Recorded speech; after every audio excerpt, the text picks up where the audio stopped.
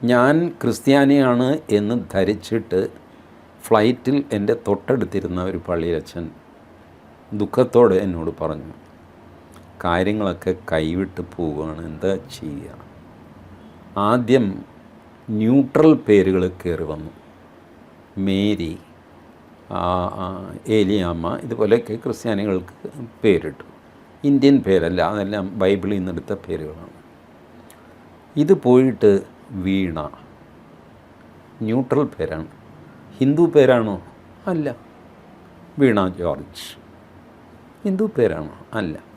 പക്ഷേ ഒരു ഹിന്ദുത്വം ഇല്ലേ? ഉണ്ട്. രശ്മി ഹിന്ദു പേരാണോ?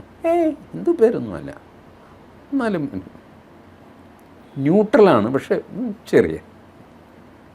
അപ്പോൾ എനിക്ക് ഈ അച്ഛൻ്റെ പ്രയാസം എനിക്ക് മനസ്സിലാകുന്നുണ്ട്, അച്ഛൻ്റെ പോയിൻറ്റും എനിക്ക് മനസ്സിലാകുന്നുണ്ട്.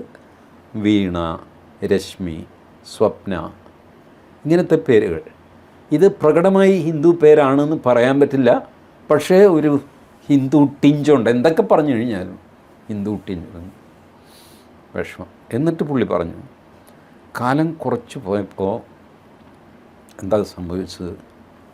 ഹിന്ദു പേരുകൾ തന്നെ കയറി വന്നു. ലക്ഷ്മി, ഇതുപോലത്തെ പേരുകൾ. ഇപ്പോൾ ലക്ഷ്മി ചെറിയാൻ എന്ന് കേട്ട് കഴിഞ്ഞാൽ ആർക്കും ഒരു പ്രശ്നം തോന്നുന്നില്ല.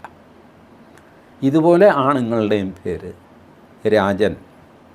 രാജൻ ഹിന്ദു പേരാണോ? ഒന്നുമല്ല, പക്ഷെ എന്നാലും അത്ര ശരിയൊന്നുമല്ല.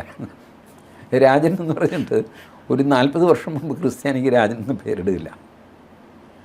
40 അല്ല, അതിലും പുറകോട്ട് പോകണം.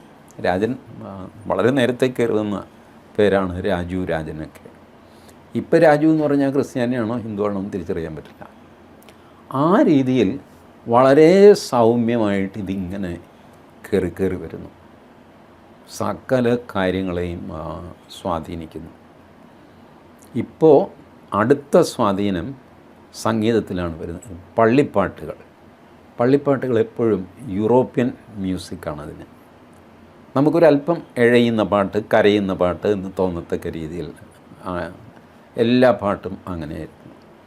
ഇപ്പോൾ ഞായറാഴ്ചകളിൽ പള്ളിയുടെ പുറത്ത് നിന്ന് കേട്ട് നോക്കിക്കോ, ആ പാട്ടുകളുടെ ഈണം ഭാരതീയമായിട്ട് മാറിക്കൊണ്ടിരിക്കുന്നു, അല്ലെങ്കിൽ മലയാളിയുടെ എന്ന് പറയാം, കേരളീയം എന്ന് പറയാം, ആ രീതിയിൽ മാറിക്കൊണ്ടിരിക്കുന്നു.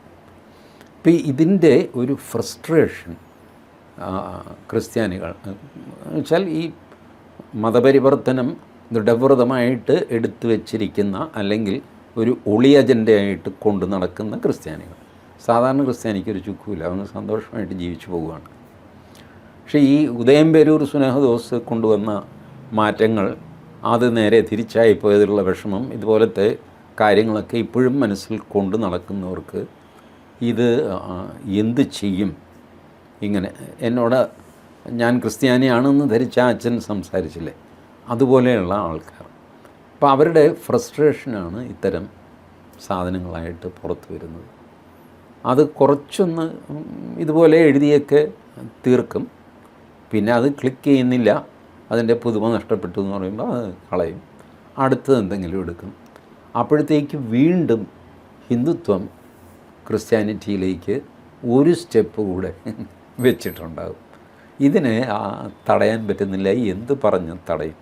എല്ലാവരും ആചരിക്കുന്നു. ഞാൻ പനച്ചിക്കാട്ട് സരസ്വതി എന്ന് പറഞ്ഞു, കോട്ടയത്ത് നിന്ന് കുറേ അങ്ങോട്ട് മാറിയ ചങ്ങനാശ്ശേരി. ഇപ്പം പനച്ചിക്കാട്ട് സരസ്വതി പ്രസിദ്ധമായ ക്ഷേത്രമാണ്.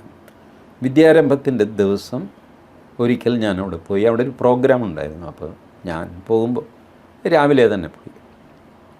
എന്താ ആൾക്കൂട്ടം! അപ്പോൾ തൊഴാനായിട്ട് ഇങ്ങനെ ക്യൂ നിൽക്കുന്നു. ഇങ്ങനെ തൊഴുത് വന്നിട്ടോ അതോ തൊഴുന്നതിന് മുമ്പോ ആണ് ഈ ഹരിശ്രീ എഴുതാനായിട്ട് അവിടെ മണ്ണ് ഇങ്ങനെ സിമൻ്റൊക്കെ കെട്ടി ആൾക്കാരുടെ സൗകര്യത്തിന് കെട്ടിയിട്ടിട്ടുണ്ട്. അപ്പോൾ അവിടെ വന്നു കഴിഞ്ഞപ്പോൾ ഒരു സ്ത്രീ ബുദ്ധിമുട്ടി അവരുടെ മകനെ കൊണ്ട് ഹരിശ്രീ ഗണപതയെന്ന്. കുറച്ചുകൂടെ മുമ്പോട്ട് ചെന്ന് കഴിഞ്ഞപ്പോൾ ആ സ്ത്രീ ഈ പയ്യനോട് പറയാണ്, അവിടെ ചെല്ലുമ്പോഴേ ഒരു സ്പൂണിൽ കുറച്ച് വെള്ളം തരും, അത് കുടിച്ചോളണം കേട്ടോ. അപ്പോൾ ഞാൻ നോക്കിക്കഴിഞ്ഞപ്പോൾ ഇവരുടെ കഴുത്തിൽ ഒരു കൊന്തയുണ്ട്. കൊന്ത മുൻവശത്ത് നിന്നല്ലേ കാണാൻ പറ്റുള്ളൂ, ഞാൻ പുറകിലാണ് നിൽക്കുന്നത്. പക്ഷേ കൊന്തയുടെ ചരട് നമുക്ക് കണ്ടാൽ മനസ്സിലാവും. ഹിന്ദു സ്ത്രീകൾക്ക് അത്തരം ചരട് ഉണ്ടാവും. കൊന്ത ചരട് കണ്ടാൽ നമുക്ക് അതിൻ്റെ അപ്പുറത്ത് കൊന്തയുണ്ട്. അവർ ഈ പയ്യനെ അവിടെ കൊണ്ടുവന്ന് തൊഴുത് വിദ്യാരംഭം അതിൻ്റെ ചിട്ടകൾ പറഞ്ഞു കൊടുക്കുകയാണ്. ഇനി അവിടെ ചെല്ലുമ്പോൾ തീർത്ഥം കുറച്ച് വെള്ളം തരും, അത് കുടിച്ചോളാം, അല്ലെങ്കിൽ ഇവന് നിലത്ത് കളയോ.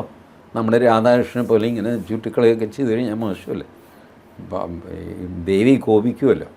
അതുകൊണ്ട് അമ്മ ശ്രദ്ധയോടെ ഇത് പഠിച്ച് ഇവനെ പഠിപ്പിച്ചു കൊടുത്ത് ചെയ്യുകയാണ്. ക്രിസ്ത്യാനിയാണ്. എന്ത് ചെയ്യും ക്രിസ്ത്യാനികൾ? ഇതുപോലെ ഹിന്ദുക്കൾ പള്ളിയിൽ പോകുന്നില്ലെന്ന് ചോദിച്ചാൽ ഉണ്ട്. എത്രയോ ഹിന്ദുക്കൾ പള്ളിയിൽ പോകുന്നുണ്ട്, മെഴുകുതിരി കത്തിക്കുന്നുണ്ട്. അതൊരു സാധാരണ മിക്സപ്പാണ്. പക്ഷേ ഹിന്ദുവിന് ആ പ്രയാസം ഉണ്ടാകുന്നില്ല, ക്രിസ്ത്യാനികൾക്ക് ഈ പ്രയാസം ഉണ്ടാകുന്നു.